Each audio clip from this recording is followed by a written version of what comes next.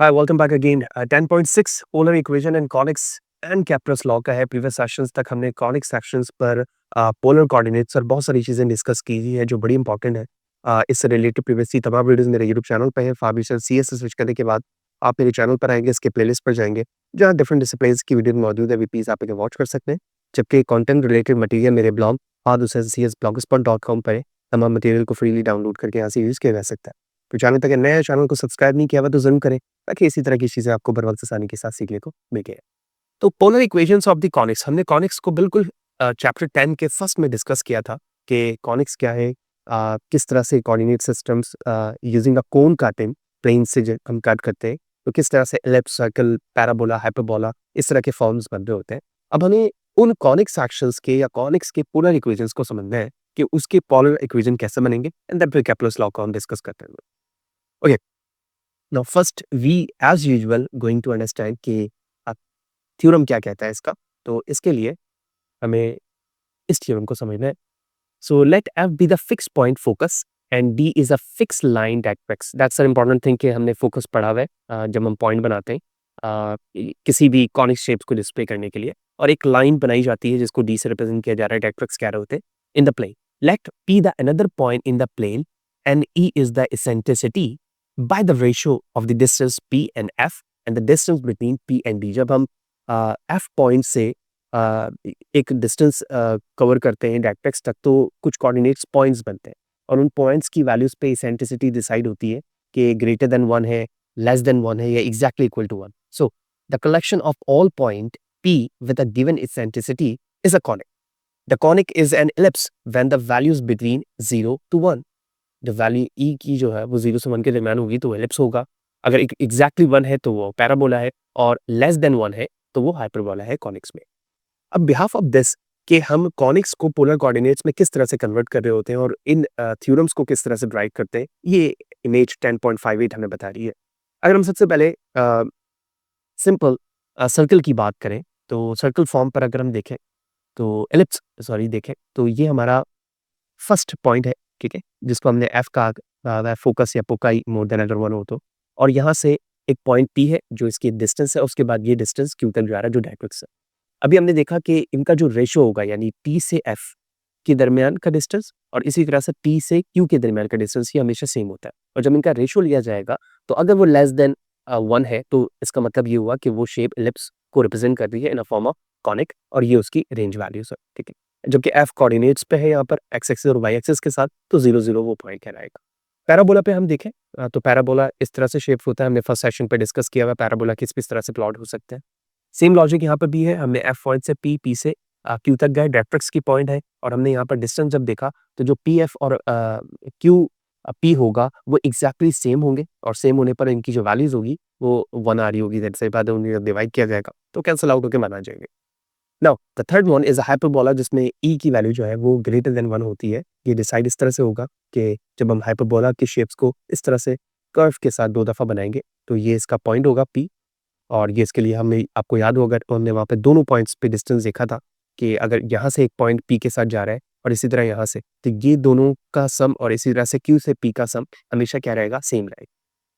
तो इस बिहाफ पर जब पी एफ और पी क्यू को हम इन अ फॉर्म ऑफ वैल्यूज लिखते हैं या रेशो फॉर्म लिखते हैं, तो P bar F and P Q bar F दोनों की वैल्यूज जो वो ग्रेटर देन यहाँ पर बनोगी, यानी इस रिस्पेक्ट से बनने वाला एफ पी एंड क्यू और इस रिस्पेक्ट से पी और एफ क्यू बनने वाला है, इसको बार से रिप्रेजेंट किया गया है। इनकी वैल्यूज का जब रेशो देखा जाएगा तो वो ग्रेटर देन 1 होगा। ये तो बेसिक रिकॉल हो गई कि एक्चुअली कॉनिक्स को हम किस तरह से रीड कर रहे होते हैं, उसकी वैल्यूज किस तरह से दिखती है। अब हमें समझना है कि पोलर इक्वेशंस ऑफ कॉनिक किस तरह से ड्राइव होते हैं। देखिए, नेक्स्ट जो थ्योरम है 10.17 वो हमें कहता है the graph of the polar equation of the form that is equal to this one.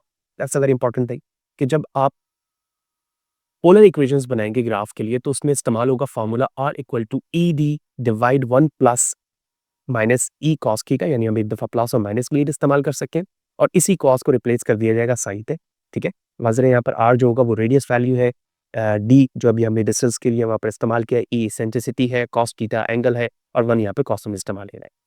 So where E is greater than is the eccentricity and D is the distance between a focus at the pole and it's corresponding directrix, यानी जो उसका distance है पोल से या फिर directrix तक, उसके लिए यहाँ पर डी मॉड ऑफ बी जो कि ऑलवेज पॉजिटिव होगा उसके लिए इस्तेमाल हो रहा है। अब 10.59 पे इसको प्रूव करके भी दिखाया गया है। हम प्रूवमेंट को भी रीड कर सकते हैं, लेकिन मैं डायरेक्टली अगर इसके हॉरिजॉन्टल और वर्टिकल फॉर्म की तरफ जाऊँ, जो फॉर्मूले पे इस्तेमाल किया जा सकता है, इधर आप सर्किल के लिए करें, पैराबोला, हाइपरबोला या फिर हाइपरबोला या पैराबोलिक के लिए इस्तेमाल कर रहे हो। तो अगर आप इसको देखें तो मैं ज़ूम करता हूँ इसे, तो हमारे पास जो फॉर्मूलाज़ बने टोटल 4 बनेंगे क्योंकि वो प्लस माइनस के साथ थे। तो हॉरिजॉन्टल डायरेक्ट्रिक्स अबव द पोल अगर है तो ये प्लस ई साइन थीटा होगा, और बिलो द पोल है तो ई नेगेटिव साइन थीटा होगा। वर्टिकल डायरेक्ट्रिक्स में राइट ऑफ द पोल पे ई कॉस थीटा होगा प्लस का, जबकि लेफ्ट टू द पोल या लेफ्ट ऑफ द पोल पे नेगेटिव ई कॉस थीटा इस्तेमाल किया जाएगा। अब हम इसी चीज़ को अगर इसकी विजुअलाइजेशन पे देखें, यानी जो same number of the equation from A to D show किया गया है, तो ये इसकी कुछ विजुअलाइजेशन है। And here we can easily observe that कि पैराबोला को कॉनिक्स वाइज, कॉनिक जो हाइपरबोला है उसे हम पोलर कोऑर्डिनेट्स में उसकी इक्वेशंस को कैसे लिख रहे हैं, राइट। तो अगर मैं इसे शो अप करूं, the first one, the four types या four form of the parabola, उसको यहाँ पर रिप्रेजेंट करके दिखाया गया है, जो हमने फर्स्ट वीडियो उसके पार्ट 1 और पार्ट 2 में भी देखा हुआ है चैप्टर 10 पे। तो हमें यहाँ पर फॉर्म किया, अगर ये इस तरह से फॉर्म है, यानी ए पे जो हमारे पास वर्टिकल फॉर्म था, उस वर्टिकल के लिए ये इस तरह से शेप बना रहा है और डायरेक्ट्रिक्स की वैल्यूज टॉप पर मौजूद है, हियर इट इज। तो ये प्लस ई कॉस थीटा के साथ होगा। फिर इसी तरह से अगर ये हॉरिजॉन्टल वे पर इस तरह से आ जाएगा जहाँ पर डी की वैल्यू नेगेटिव होती है, तो ये नेगेटिव साइन के साथ होगा। इसी तरह से vertical directrix to the right of the plane होगा, तो ये ई कॉस थीटा प्लस का होगा, जिसमें एक्स डी के बराबर होता है, और एक्स अगर नेगेटिव डी है तो ये नेगेटिव ई कॉस थीटा के बराबर हो जाएगा। तो by using the same pattern of the formula जो कि थ्योरम पे एक्सप्लेन किया गया था, अगर आप यहाँ पर देखें, यानी the graph of the polar equation of the form E D upon 1 plus minus E cos theta and 1 plus minus E sine theta, उसी के जरिए से हमने पैराबोलिक इक्वेशंस कॉनिक के चारों जो फॉर्म्स हो सकते हैं उसे विजुलाइज करके भी किया in a form of the polar coordinates. Okay, इसकी कुछ प्रॉब्लम्स है, उस प्रॉब्लम को देख लेते हैं। Determining a conic form it's equations, यानी हमें एक इक्वेशन दी गई है, हमें उसके कॉनिक्स डिटरमाइन करने हैं। तो जो हमें आर की वैल्यूज दी गई है, यानी पोलर कोऑर्डिनेट्स दिया गया है, that is a 15 divide 3 minus 2 cos theta, और हमें स्केच करना है इस पी ग्राफ को, कॉनिक जो गिवन बाय आर है। To determine the type of the conic, rewritten the equation in this form. Okay, and after that we divide the numerator and denominator by the 3. हमने 3 से इसको divide कर दिया तो 15 5 हो गया, जबकि 2/3 वैसे का ये बन रह जाएंगे। Now for the sketching for this graph, the ellipse form is E equal to 2/3 as here it is. So you can sketch the upper half of the ellipse by the plotting the point theta equal to 0 and theta equal to pi as shown in figure 10.16.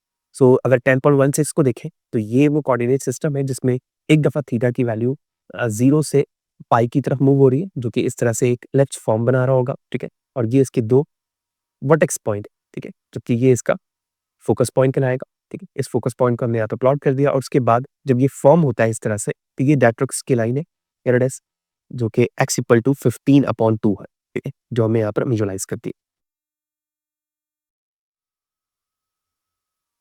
The next thing, for the ellipse in 10.61, as we have discussed this graph, the major axis is horizontal and vertical lies at the 15, 0 and 3 pi. ये इसके major access है। अगर आप इस point को देखें और इस पॉइंट को देखें, ठीक है, इसके कोऑर्डिनेट्स 43 लिखेंगे well. So the length of the major axis 2a equal to 18, ये अकॉर्डिंग टू द फॉर्मूला, ये भी हमने पार्ट 1 एंड 2 चैप्टर 10 के डिस्कस किया है कि एक्चुअली जो मेजर एक्सेस है उसकी कंप्लीट लेंथ 2a के बराबर होती है। So to finding the axis of this values and similarly for the e that is equal to c/2, तो उसके लिए हम ellipse का इस फॉर्मूले को इस्तेमाल कर सकते हैं, because e equal to 2/3 values को पुट किया गया, और पुट करने के बाद हमने फाइनली आइडेंटिफाई कर लिया कि b की वैल्यू √45 है, and that is represented by 3/5 as well. So the minor axis 2b equal to 6/5, and similar analysis for the hyperbolic yield, and this is the hyperbola form of the equation. So ellipse के लिए हम इस equation को use कर रहे होंगे, जबकि hyperbola के लिए इस इक्वेशन का इस्तेमाल किया जा सकता है, जो कि अभी हमने यहाँ पर स्केच करके भी लिखा है, जो कि r15 divide 3 minus cos theta को रिप्रेजेंट करता है। और the next one, sketching a conic form it's polar equation. अब सेम इक्वेशंस जिस तरह प्रीवियस एग्जांपल की थी वैसे ही है, लेकिन वैल्यूज यहाँ पर चेंज है। 32 डिवाइड 3 प्लस 5 cos थीटा की है, तो हमने सबसे पहले इसको सिंप्लीफाई किया, जिसके लिए हमने 3 से इसको डिवाइड कर दिया है अपर और लोअर वैल्यूज़ को, ठीक है? इस फॉर्म पर आ गई। अब यहाँ पर ई की वैल्यूज़ हमें क्या मिल गई? 5/3 मिल गई, ठीक है? और डी जो है वो 32/5 हमें वो बात थी। So the directrix of the line 32/5, the transverse axis of the hyperbola lies between the line or the line on the line is pi/2 and the vertices at this. तो r थीटा की values हमें मिल गई और second r theta की values हमें मिलेंगी, ठीक है? जो कि हमने यहाँ पर आइडेंटिफाई किया। अगर हम इस ग्राफ को स्केच करें, क्योंकि ये एक hyperbola form of the graph है, तो इस तरह से ये प्लॉट हो रहा है, यानी ये फर्स्ट कर्व लाइन है और ये सेकंड कर्व लाइन है, जो इन दोनों इक्वेशन को फॉलो कर रही है, यानी पाई/2 4 को और 3 पाई/2 -60. Now, because the length of the transverse axis is 12, so by using the a and b values, we can rewrite this equation in this form, and that is exactly equal to 64. So therefore, b equal to 8. Finally, you can use a and b to determine the asymptotes of the hyperbola and obtain the sketch as 10.62. तो जो asymptotes कहलाता है वो ये line कहलाती है जो इस तरह से कर्व पे गुजर रही होती है, और ये ए बी की वैल्यूज है जिसमें डेप्थ हमें आइडेंटिफाई है। देखो ये सारी चीजें थोड़ी सी इस वक्त ट्रिकी इसकी ये लग रही होंगी कि अगर आपने चैप्टर 1 के पार्ट 10 के ए और बी यानी पहला और दूसरा नहीं देखा हुआ है, तो ये सारी चीजें हमने वहाँ पे किया हुआ है कि एसिम्प्टोट्स क्या है, वर्टेक्स किस तरह से बन रहे होते हैं, ठीक है, कोऑर्डिनेट्स वैल्यूज क्या है, तो हमने डायरेक्टली सिंप्लीफाई किया उसको उसको पोलर कोऑर्डिनेट्स में कन्वर्ट करके दिखा दिया। ओके, इन दोनों एग्जांपल्स से हमें ये चीज अंडरस्टैंड करती है। And the last thing, Kepler's law. Actually Kepler's एक फिजिक्स फील्ड के एक ग्रेट साइंटिस्ट हैं जिन्होंने एस्ट्रोनॉमी के अंदर काफ़ी काम किया है, और उन्हें 3 रूल्स दिए जो कि इन फ्यूचर इन रूल्स को यूज़ करते हुए जो रोटेशन सिस्टम था या ऑर्बिट सिस्टम था, स्पेशली इलिप्स को यूज़ करते हुए उन्होंने इसको एक्सप्लोर किया, जब पे नेक्स्ट लेवल न्यूटन आइंस्टाइन ने काम किया और डिफरेंट थ्योरीज उस पे पेश की। ये इनके 3 मेजर पॉइंट्स थे जो मैं शॉर्टली यहाँ पे डिफाइन करना चाह रहा हूँ, और उसी पे ही इन्होंने कुछ प्रॉब्लम्स शो किया है कि एक्चुअली ये इस तरह से काम कर रहा होता है, ठीक है? अगर हम इसके फर्स्ट पॉइंट को देखें, I am going to zoom, कि इन्होंने इस फील्ड में किस तरह की थ्योरी रिप्रेजेंट की। इन्होंने सबसे पहले कहा each planet move in a elliptical orbit with the sun as a focus. यानी इन्होंने पहले ये कहा कि जो प्लैनेट है वो इलिप्टिकल शेप में मूव करेगा अराउंड द सन, फोकस बनाते हुए। कैसे? देखो फॉर एग्जांपल अगर मैं इसको ग्राफिकली दिखाऊं ना, तो ये फॉर एग्जांपल सन है, इलिप्स के लिए 2 पॉइंट है, तो इसको हम कंसीडर कर लेते हैं सन, और ये इसका कुछ इस तरह से इलिप्टिकल फॉर्म बना हुआ है, और इस इलिप्टिकल फॉर्म के अंदर ये जो है वो समय सॉरी ये प्लैनेट अर्थ है। तो इस तरह से ये इसके साथ डिस्टेंस कवर करते हुए ये इस तरह से रोटेट कर रहा होगा, ये यहाँ पर आ जाएगा, ये यहाँ पर आ जाएगा, इस तरह से उसकी रोटेशन एक ही रहेगी। ये रोटेशन जिस तरह से हमने इस फोकस को लिया है एज अ सन, हम इसे भी ले सकते हैं, ठीक? तो इस तरह से उन्होंने फर्स्ट की नॉमिनेट की यहाँ पर। फिर उन्होंने सेकंड कहा a ray from the sun to the planet swipes out equal area of the ellipse in a equal time. तो the main point is that कि अगर हम प्लैनेट सिर्फ फर्स्ट वाले को कंसीडर करें, तो उन्होंने कहा फॉर एग्जांपल इस प्लैनेट में इस सन के अराउंड इस ड्यूरेशन पे, यानी ये वो एरिया जो इन्होंने कवर किया, ठीक है, क्योंकि ये इसके करीब है तो ये फास्ट चलेगा, और जैसे जैसे इससे दूर जाएगा ये स्लो हो जाएगा। यानी फॉर एग्जांपल ये पीरियड ऑफ टाइम इसने T1 पे कंसिडर किया, तो ये रोटेट होता हुआ फॉर एग्जांपल इस जगह पर आ गया, इस जगह पर आया, तो यहाँ से यहाँ तक की डिस्टेंस, यहाँ से यहाँ तक का जो डिस्टेंस है वो इसने ट्रैवल की। तो उन्होंने यही कहा कि a ray from the sun to the planet swipes out equal area of the ellipse in equal time, यानी जो टाइम T1 यहाँ पर इन्होंने कवर किया है, वही T टाइम यहाँ पर भी वो सेम ड्यूरेशन पे कवर करेगा। अब यहाँ पर ये चीज़ इस तरह से फॉर्म हो गई कि क्योंकि ये सन के नियर था प्लैनेट, तो यहाँ पे ये फास्ट चल रहा है, स्लो चल रहा है यहाँ पर। लेकिन ये जब फार हुआ, तो यहाँ पर इसको फास्ट चलने की ज़रूरत है, यानी ये यहाँ पर रोटेशन फास्टली करेगा ताकि उसी T टाइम 1 के अंदर इसे भी कवर कर ले। यही वजह है कि मैंने यहाँ पर T1 है। ये इनका सेकंड लॉ था। थर्ड में इन्होंने कहा the square of the period is proportional, the square of the period is proportional to the cube of the mean distance between the planet and the sun. That's a very important thing. The square of the period is proportional to the cube of the mean distance between the planet and the sun. अब देखो इस theory को या इस law को समझने के लिए हमें इस एक्सप्रेशन को मजीद आइडेंटिफाई करना होगा कि एक्चुअली ये क्या शो अप कर रहा है। अगर हम नीचे आए, तो इन्होंने यहाँ पर तो फ़ॉर्मूलाज़ के ज़रिए से कोई प्रॉब्लम सॉल्व करके बताई है, वैसे आप इसको पढ़ के भी समझ सकते हो।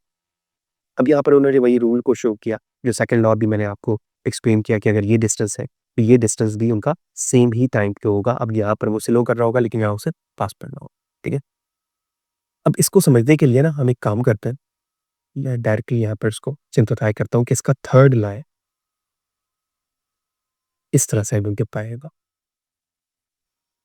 सो according to the theorem the square of the period is proportional the square of the period, तो इस पीरियड को हम टाइम कंसीडर कर लेते हैं, तो मैं इसका स्क्वायर कह सकता हूँ and that is proportional to the cube of the mean distance between a planet and the sun.